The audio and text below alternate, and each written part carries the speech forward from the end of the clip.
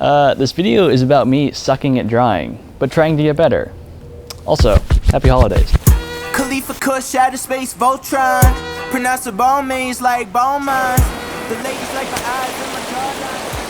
Nice. It definitely is weird talking to a camera again after not vlogging for so long. Like, hard to look at the lens. It's hard to like think of things to say, but I kind of missed it. I definitely have been going through this period where like I've been trying to get better at art, and I really just didn't like anything I was making. But I kind of just wanted to focus on getting better. And surprise, I'm still not better, but I have a little bit more of a system. So I'm working on a way to match my taste growth with my skill growth. I don't know if that makes sense, but it seems like the practice that I have been doing seems to be like facilitating that a little bit better.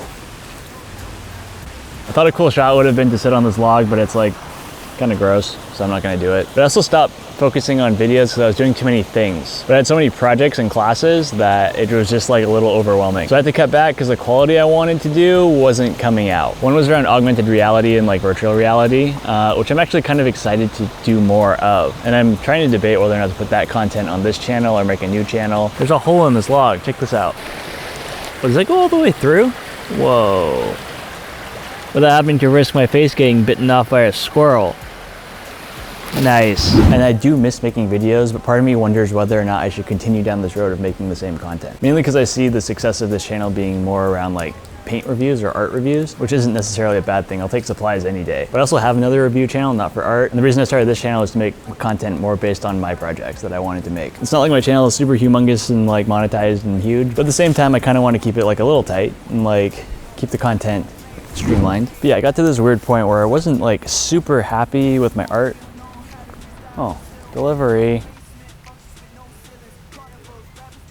But yeah, going back to my art, basically I applied for a job, but my art basically wasn't good enough for the job. I was a good fit otherwise, but it made me like kind of take a step back and try and figure out how exactly I could buckle down and elevate my art past like this hobby level. And I think I just had so many things going on that I wasn't focusing in on like one specific medium, style, or type of way of practicing. So basically I trimmed the fat, including videos. Sorry. And being told you are not good enough at art, when that's all you've been doing for the last 2 years, I probably knew that my art wasn't up to par for what they were looking for, which is totally fine. But then I went into this phase of like, how do I actually get better? And also like everything I was drawing, I just didn't like. So I was trying to figure out how to get past both those hurdles. I do have a couple packages I can open. A lot of cardboard. It's an AirTag. Now I can track people. Allegedly. Yeah, cool Christmas present. Thank you, Tim, if you're watching this. That was a joke, by the way, in terms of tracking people. I'm not gonna do that. My Kiehl's order.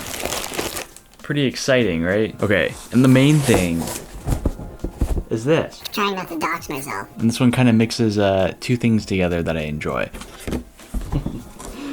I'm not monetized, so I guess this is fine, but prepare your eyeballs, or at least don't open this around your parents. Ready? Dang. This is sweet. It's a little bit nippy, I guess.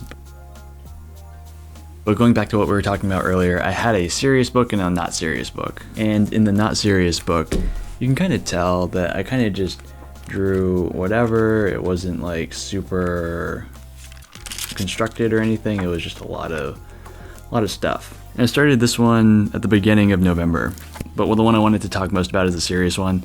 I just picked the hardest subjects I could possibly find, and for me that was like self-portraits. Like, I didn't date this, but I'm pretty sure this was sometime last year, and this was like, This is supposed to be me. so I wanted to try and figure out how to get better at it. So pretty much I got a mirror and I drew myself, I think 30 times. Actually, now that I'm looking at it, it's 34 times. But the first ones were like super rough, and I tried really hard to try and make it look like me, but by the end I was able to get something that like somewhat resembled me and also had some perspective, and that was in a pretty short amount of time. On average I did about 2 a day, and like I was able to do final products like this, where it gave me like a better understanding of like where the eyes sat, the facial features, how my eyes.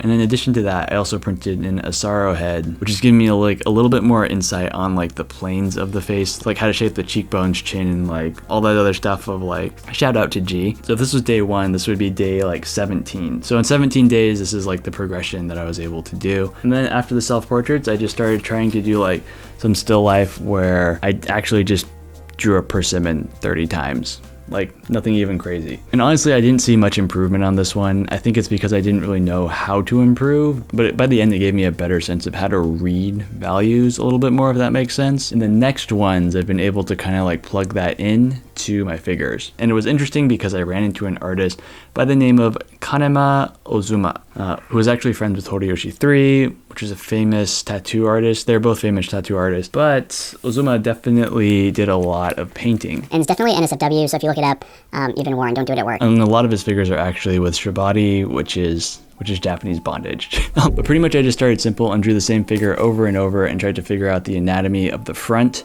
So just placing muscles and bones where they should go. And during the course of doing those 30, I alternated between pencil and ink and paint. So I was just playing around with different mediums, maybe trying to use a style from a tattoo artist that I like. Started like this, but it ended in a pretty solid spot like this.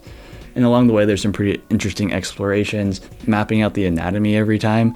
I get a better idea of how things are placed and how they're shaped. And I would be lying if I said it wasn't like boring at times. Now I'm on number 6 of my 5th round, so that means I've already done 120 drawings since my last video, plus 6. Admittedly, I've seen some improvements along the way, and one thing I mentioned earlier was that when my taste grew, my skill level wouldn't. I've noticed that as my taste grows, my skill level kind of oscillates around it. So some days I think that my skill level is above my taste, but then other days it might feel like, oh, my taste is better than my skill level, and I'm kind of upset at like where I'm at. The dips don't feel as long, and there are more spikes. Is it working?